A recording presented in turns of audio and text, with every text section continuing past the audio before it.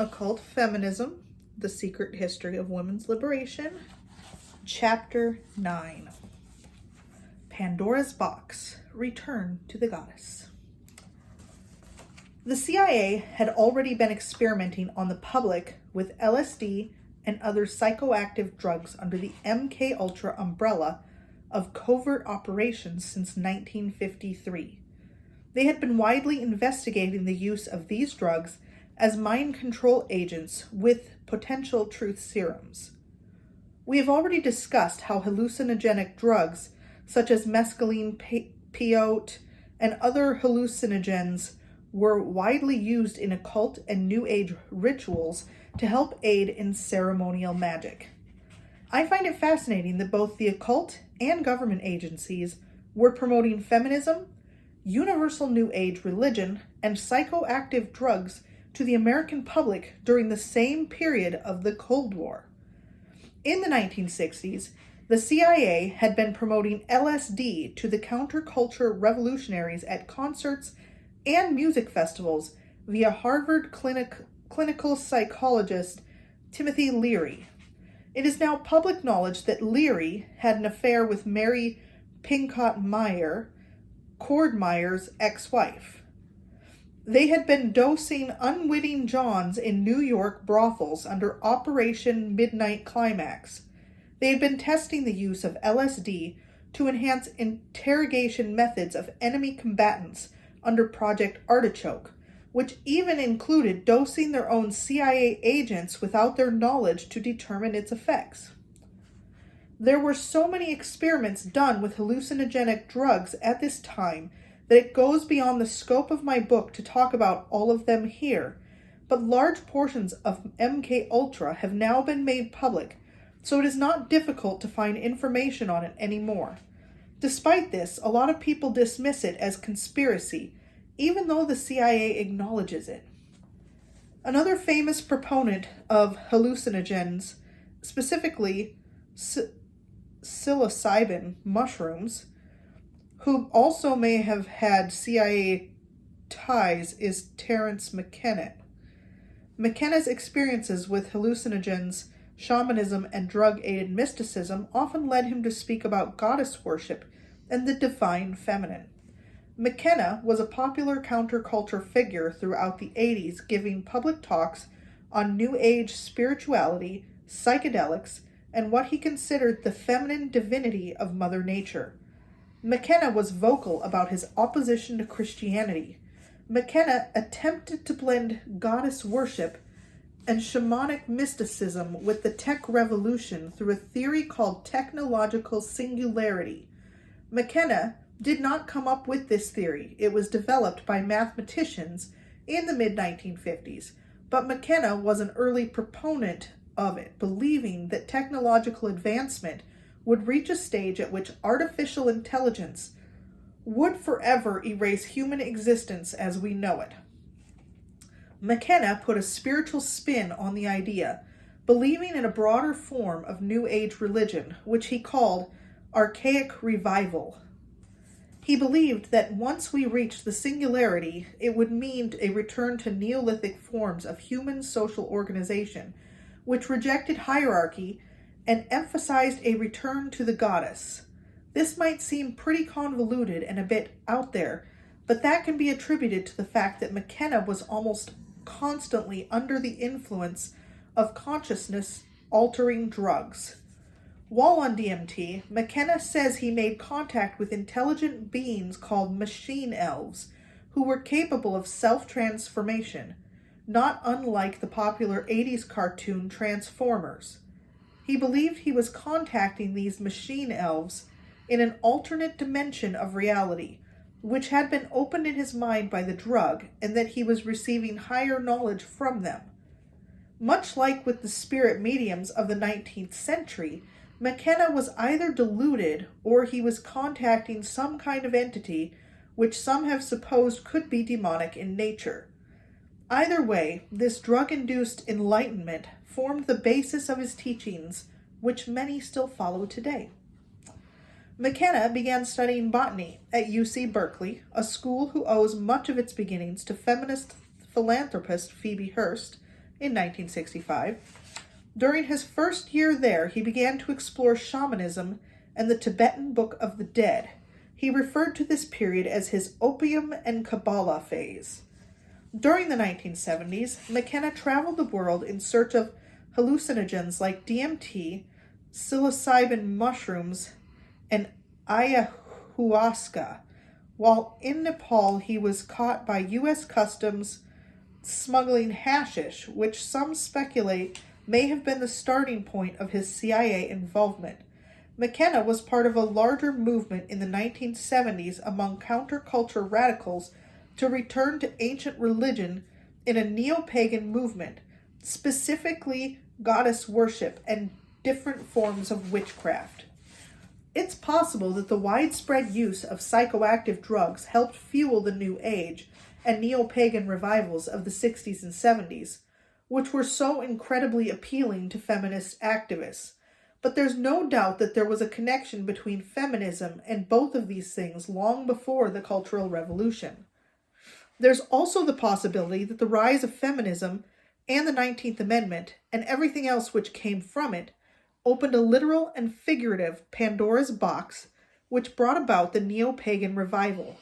It's a bit of a chicken or the egg situation, but I tend to believe it has more to do with the latter. You might recall that some of the early suffragists were excited about anthropological findings from the 19th century, indicating that ancient people believed in female deities and possibly had matriarchal societies. Bertha Eckstein Diner, better known by her American pen name Helen Diner, authored a book in 1930 called Mothers and Amazons on this subject, which experienced a late surge in popularity among feminists in the 1970s with the emergence of women's studies in American universities. Helen was a member of the Theosophical Society Adyar in Austria, as well as a feminist historian. In a pattern typical of such women, she abandoned her husband and first son to travel Europe and Egypt. She had a second son by another man who she abandoned to a foster family. Mothers and Amazons was based on the work of Johann Jacob Bachofen. Mother Right, an investigation of the religious and juridical character of matriarchy in the ancient world. Modern anthropologists are very skeptical of not only Bachofen's theories, but subsequent interpretations of his work based on outdated 19th century anthropological evidence which led him to his theory that ancient societies were matriarchal in nature. Bachofen's theory held that this matriarchal society was not monogamous in nature, and that the ancients mated in orgies under the full moon, removing the means of determining the paternity of any children who were born. Thus, he posited, lineage could only be established through matriarchal lines, since only the mother of the child could be determined. Feminist interpretations of this theory have also led to questions about whether men should have any inherent right to claim paternity of their own children, and that a return to a similar system would mean children were raised communally with no parental ownership of children, such as was practiced in the Oneida experiment commune. This is a view that was also adopted by Terence McKenna, who developed his own stoned ape theory of human development, which held the same belief about a pre-monogamous, matriarchal ancient social order. Modern anthropological findings seem to contradict this. Regardless of whether more advanced modern research contradicts Bachofen's theory or not, feminists have run wild with it. This was the case with radical feminists who rediscovered the work of both Bachofen and Diner and reignited goddess worship in the 1960s and 1970s. Goddess worship filled a spiritual void left by feminism's condemnation of Christianity, and it fit well with other trends of the time, including environmentalist activism. The neo-pagan goddess movement was very popular in both Europe and America at this time, especially among feminists. Goddess worship brought the underlying spirit of feminism full circle by shamelessly declaring that God was female and that female nature was divine. While some feminists try to claim that the goal of feminism is equality, I have a certain respect for the honesty of witches and goddess worshippers who make no bones about saying they believe women are superior to men, with many saying women should control society rather than men. Not because I agree, but because it is more honest about the real aims of feminist ideology.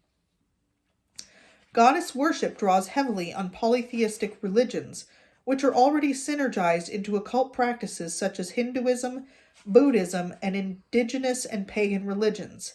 However, the male deities of these religions are either minimized or not worshipped at all. Some worship the triple goddess, an inversion of the Christian Holy Trinity, which includes three persons, maiden, mother, and crone, representing separate phases of womanhood. There are as many different forms and practices of goddess worship as you can imagine.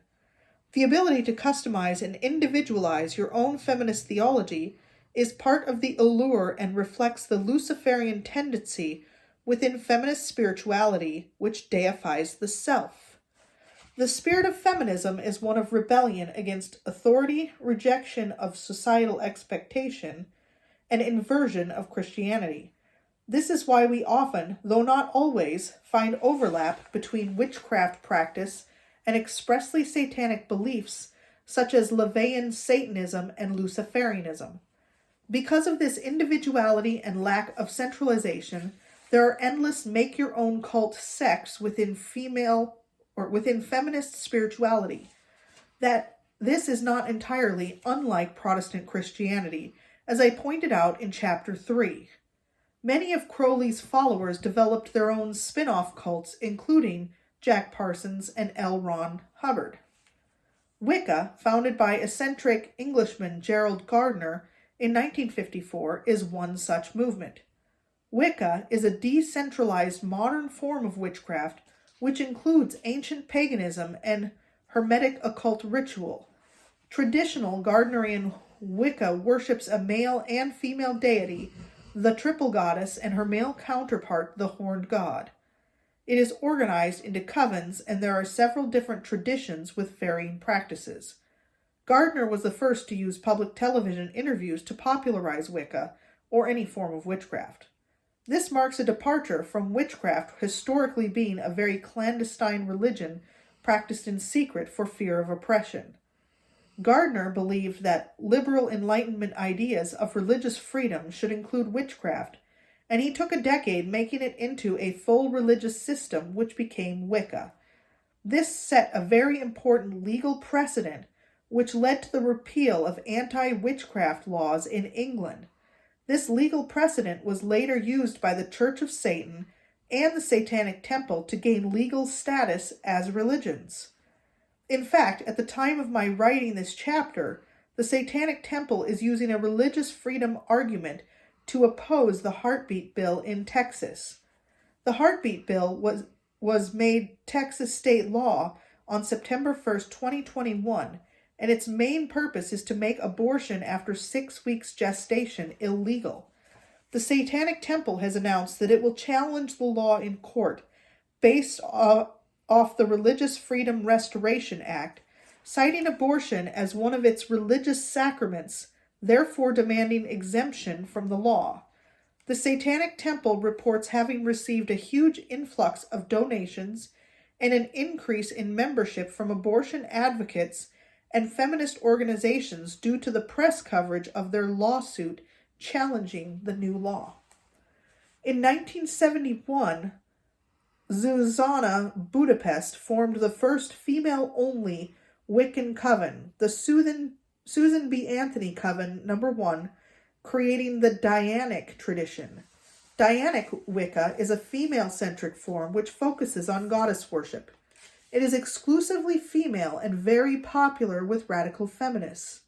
It has received criticism from the transgender community for being trans-exclusive, and there has been another ongoing internal battle between trans-exclusionary feminists, also called TERFs, and the most progressive feminists who, like Simone de Beauvoir, want to abolish the concept of gender altogether. This internal battle is an example of what happens when we deconstruct the foundations of society and discard all limits on morality. The result is a self-perpetuating revolution where boundaries themselves are seen as oppressive constructs which must be destroyed. What began with feminism, we now see perpetuated with gay marriage and transgenderism, both of which are just further steps in the direction of transhumanism. The deconstruction of the social order was never meant to be ended with some egalitarian notion of equality, but was meant to progress until all human boundaries disappeared, even the idea of what it means to be human at all. Radical feminist Shulamith Firestone took this philosophy to the extreme in her 1970 book, The Dialectic of Sex, The Case for Feminist Revolution. Firestone correctly understood that the nature of childbearing and child-rearing meant that mothers had to depend on the protection and provision of their husbands. However, rather than seeing this as a proper division of responsibility, which requires both husband and wife to work together and cooperate in the formation of family and society, Firestone saw it as the original class division among humans. She saw men as producers and women as reproducers. She believed that this was a problem which could be overcome with technology. Drawing on Marxist philosophy, Firestone advocated for women to seize the means of reproduction, or control over human fertility, by taking control of reproductive technology. She envisioned a future where children would be born via artificial wombs, and that children would be raised in communal homes with multiple adults, known as households, abolishing the nuclear family and the idea of parentage altogether in a return to the theoretical ancient matriarchal societies theorized by Bachofen and McKenna, where no man would have paternal claims to his offspring. A world where all human beings are born via test tubes and artificial wombs might have seemed far-fetched in the 1970s, but in fact the idea was already at least 40 years old at the time. In 1930, F.E. Smith, the first Earl of Birkenhead, a British salesman and author, wrote The World in 2030 A.D. This was a collection of essays which made predictions about what society would be like 1 century later. Smith was a close personal friend of Winston Churchill and alumni of Oxford, along with other transhumanist thinkers such as H.G. Wells, Thomas Aldous, and Julian Huxley. In the essay Woman in 2030, Smith predicts a future where scientific progress will liberate women from the shackles of maternity, and babies will be born via ectogenesis in laboratories. He said women would reject this at first, but eventually come to embrace it.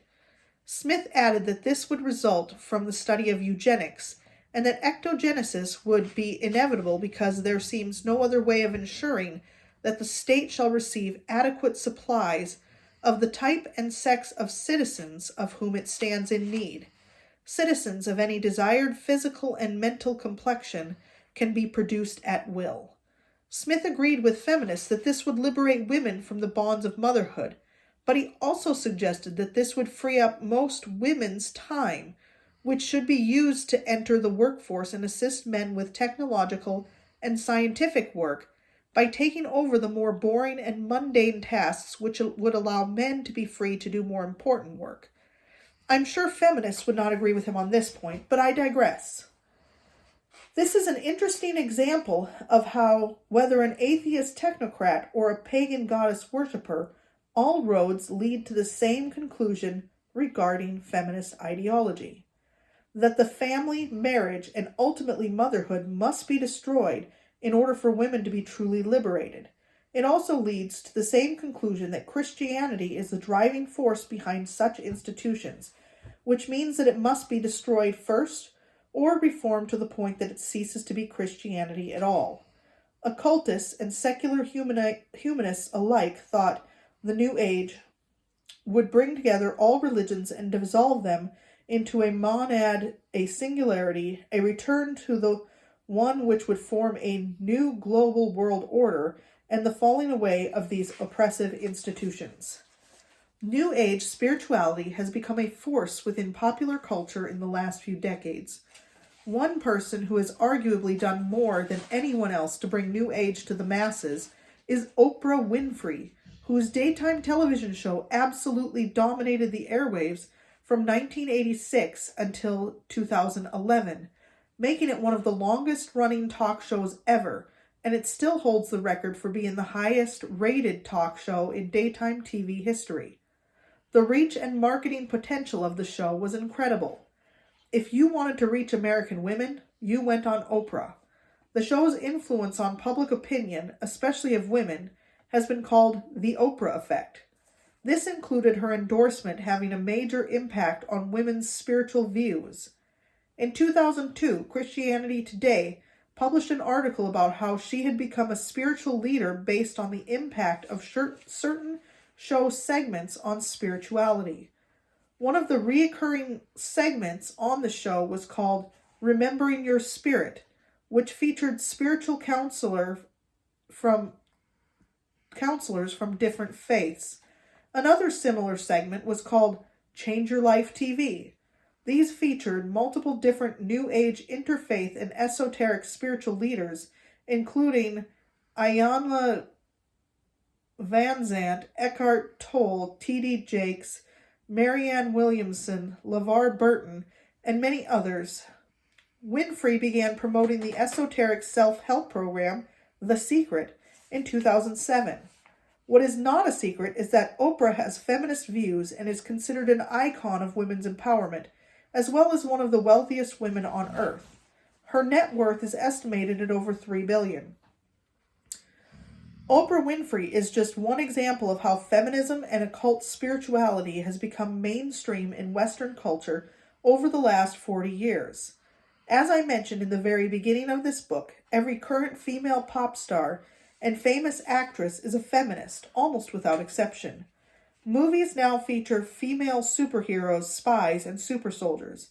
If you doubt that feminist dogma has become universally accepted in Western culture, just try to criticize feminism. To publicly voice any doubt whatsoever about whether the feminization of culture has been a good thing will earn you an instant reprimand, gasps of horror, and probably accusations of misogyny.